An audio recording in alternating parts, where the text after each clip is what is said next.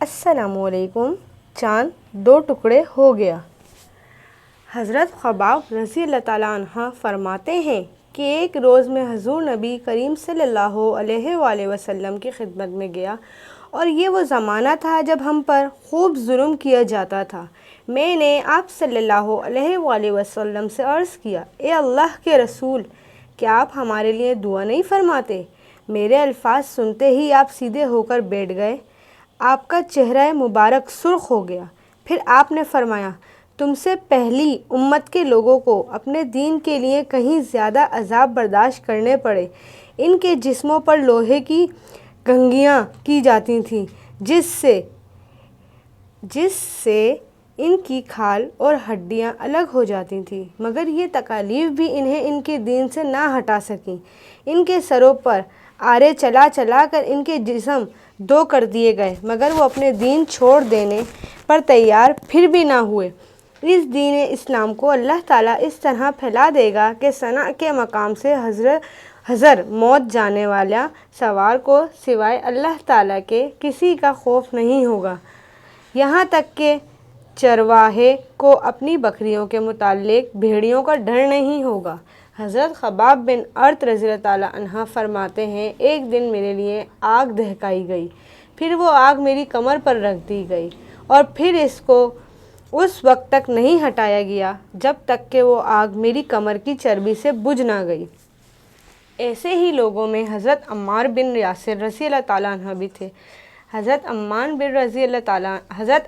بن یاسر رضی اللہ تعالیٰ عنہ کو ان کے دین سے پھیرنے کے لیے مشرکوں نے طرح طرح کے ظلم کیے، آگ سے جلا جلا کر عذاب دیے، مگر وہ دین پر قائم رہے۔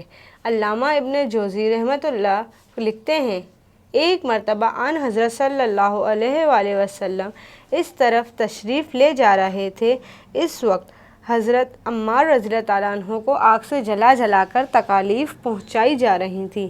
ان کی کمر پر جلنے کی وجہ سے کوڑ جیسے سفید داغ پڑ گئے تھے۔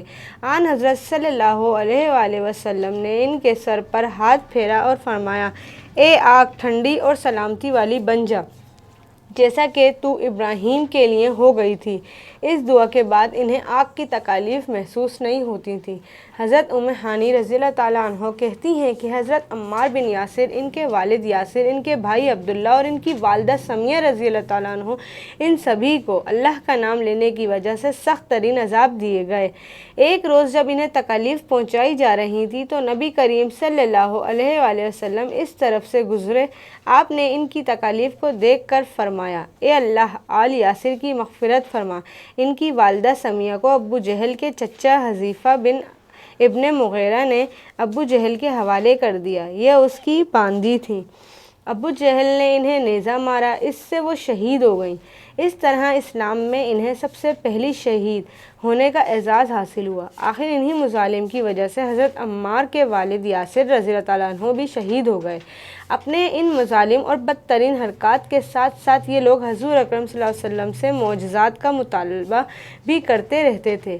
ایک روز ابو جہل دوسرے سرداروں کے ساتھ حضور نبی کریم صلی اللہ علیہ وآلہ وسلم کے پاس آیا اور بولا، اے محمد، اگر تم سچے ہو تو ہمیں چاند کے دو ٹکڑے کر کے دکھاؤ، وہ بھی اس طرح کہ ایک ٹکڑا ابو قبیس پہاڑ پر نظر آئے اور دوسرا قیقیقان پہاڑ پر نظر آئے۔